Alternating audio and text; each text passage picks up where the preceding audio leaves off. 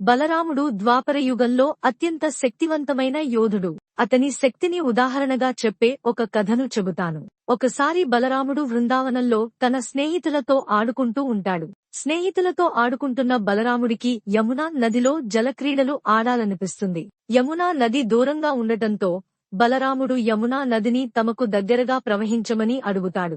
కాని యమునా నది బలరాముడి మాటలను పట్టించుకోకుండా తన సాధారణ దిశలో ప్రవహిస్తూ ఉంటుంది. బలరాముడి అభ్యర్థనను పట్టించుకోలేదని అతనికి కోపం వస్తుంది. అప్పుడు బలరాముడు తన హలాయుధాన్ని, నాగలిని తీసుకుని తన అసాధారణ శక్తితో యమునా నదిని తన వైపుకు లాగుతాడు. లాగడం అంటే నీటి ప్రవాహం మారేలా భూమిని తవ్వి మార్గాన్ని మారుస్తాడు. దీంతో యమునా నది బలరాముడు లాగిన దిశగా ప్రవహిస్తుంది. బలరాముడి దివ్య శక్తిని గ్రహించిన యమునా నది తనను లాగడం ఆపమని వేడుకుంటుంది. యమునా నది బాధను గ్రహించిన బలరాముడు తమకు సౌకర్యవంతంగా స్నానం చేయడానికి నదిని ప్రవహించమని చెబుతాడు. నీటి దిశను మళ్లీ సహజంగా మారుస్తాడు. ఈ రోజుకి కొన్ని ప్రాంతాల్లో యమునా నది బలరాముడు నిర్దేశించిన దిశలోనే ప్రవహిస్తోంది. ఈ కథ బలరాముడి దివ్య శక్తిని, ప్రకృతిని ఆదేశించగల సామర్థ్యాన్ని తెలియజేస్తుంది. ఈ కథ విష్ణు పురాణంలో చెప్పబడింది.